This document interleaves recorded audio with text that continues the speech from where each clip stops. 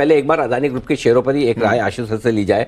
आशुतोष, जिस तरह की गिरावट हो रही है, एक और लोगों के लिए ये मुश्किल काम है कि अपनी पोजीशन कैसे संभालें, और दूसरी तरफ काफ़ी लोगों के मुंह में भी पानी आ रहा है कि यही शेयर मतलब हम लाइन लगा लगा कर खड़े होकर लेते थे कि लेना है लेना है लेना है, और अब मिल रहे हैं तो ले या नहीं लें। तो ये बताएं कि लेना है या देना है। अनिल जी, अभी आपने एक ना स्टेटमेंट बड़ी अच्छी बोली थी कि फॉलो अप सेलिंग है। नॉर्मली अनिल जी ऐसी बड़ी गिरावट एक दिन हो, उसके बाद छुट्टी के साथ जो रिफ्यूटल आ गया अनिल जी, उसमें एक बाउंस बैक हमेशा ज़रूर आता है इतनी बड़ी गिरावट के बाद। उस बाउंस बैक में सर बाउंस बैक तो आना छूट, डबल गिरावट आ गई है। तो अनिल जी अच्छा पानी क्यों आ रहा है? क्योंकि 4000 देखा हुआ था इसलिए? अनिल जी पानी इसीलिए आ रहा है ना कि 900 रुपये देखा था अदानी पोर्ट और 1200 लगता था और 4000 पे लगता था 5500 हो जाएगा, इसीलिए पानी आ रहा है ना। मतलब ये पानी वाला जो रीजन है ना, ये मैं इस रीजन से कन्विंस नहीं होता हूं जो आपने बोला। बाकी क्योंकि हमने ऊपर का भाव देखा हुआ है, बहुत नीचे से देखा है। पिछले 2 सालों में सबसे ज्यादा वेल्थ क्रिएशन अदानी में हुई है, पास्ट ट्रैक रिकॉर्ड और भाव, एब्सोल्यूट ये 2 चीजें जिनकी वजह से पानी आ रहा है। But otherwise Anil ji news के चलते तो मुझे ऐसा कोई पानी वाली बात नहीं लग रही। ऑन द कॉन्ट्री कोलेटरल डैमेज जो अदानी की वजह से हो रहा है, मुझे तो उसकी चिंता हो रही है कि मतलब बहुत सारे जो मतलब बाकी स्टॉक्स पिट रहे हैं, जो मार्केट में नेगेटिविटी आ रही है, वो ज़्यादा चिंता की बात है इंस्टेड ऑफ अदानी। क्योंकि अदानी में जी देखिए ऑल सेड एंड डन, आप ये देखिए जब 4000 का स्टॉक हो जाता है तो रिटेल की पार्टिसिपेशन बहुत कम हो जाती है, मतलब बहुत कम लोग लेते हैं पोजीशन है। तो मुझे अदानी में इतनी चिंता नहीं है, पोर्ट में ज़्यादा है। पोर्ट में क्योंकि वो आपको ध्यान होगा, मैं कई बार कहता था वो बड़े भाई के चक्कर में छोटा भाई सब लोग लेते हैं कि नहीं यार ये वैल्यू कैचअप होगा इसके साथ, या एब्सोल्यूट वैल्यू में ले लेते हैं। तो और अनिल जी जो गिरावट हुई है ना, ये दिस इज नॉट गुड। अब क्या होता है अनिल जी, सबसे बड़ी बात चाहे अदानी स्टॉक्स में हो या बाकी में, पहली गिरावट पे लगेगा, जैसे बैंक निफ्टी उस दिन 500 पॉइंट घटा तो लगा होगा कि यार ये तो गिरावट आई है, अच्छा लेना होगा। 1000 पॉइंट घट के बंद हुआ कि आज एक्सपायरी भी हो गई है, सब कुछ हो गया, अब लेना चाहिए। उसके 1000 पॉइंट के बाद अनिल जी 500 पॉइंट नीचे खुला तो भी लगा नहीं जी काफी हो गया, अब तो लेना चाहिए।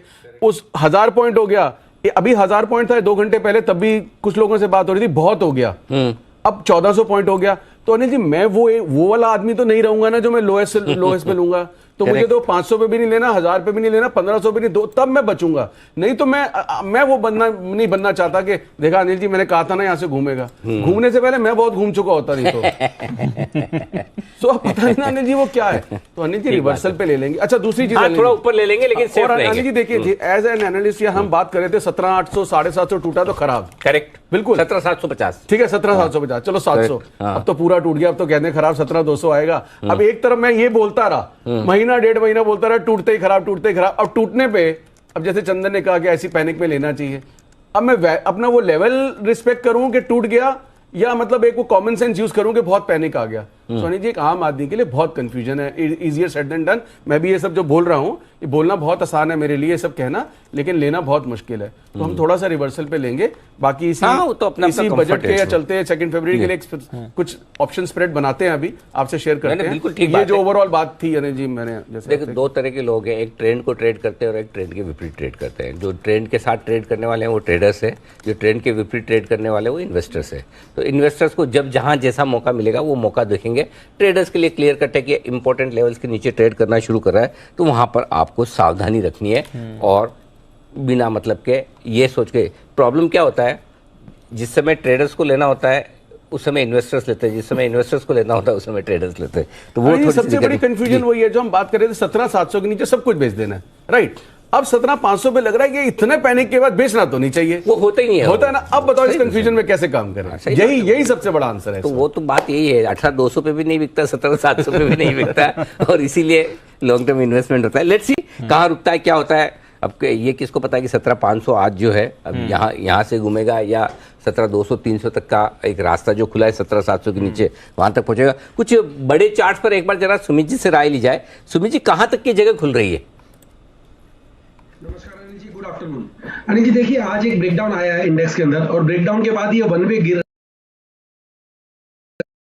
17500 का इमीडिएट सपोर्ट बनेगा। वो टूटने के बाद 17200 से सतह इंडेक्स में नीचे की तरफ बन रही है, जो कि 1-2 दिनों में पॉसिबिलिटी है बजट के पहले अचीव होने का या टच होने का। तो अब 17200 17300 के बीच में जब आएगा वो सपोर्ट्स अच्छे से होल्ड करना चाहिए, और 17500 के नीचे वहां तक की प्रोबेबिलिटी बहुत हाई है, और 1 या 2 दिन में ही होने की पॉसिबिलिटी है निफ्टी के लिए, जहां तक निफ्टी में बात करेंगे वहां। Good morning. तो दीपांशु, ये तो फियर क्रिएट करने का, पैनिक क्रिएट करने का माहौल है, और वो आपको पता है अडानी की रिपोर्ट और ये सब। I think this is a perfect storm. यहाँ पे नहीं लगेगा तो कभी नहीं लोगे। बजट में कुछ नहीं आना एज फार एज एलटीसीजी की changes. I think the budget will be robust.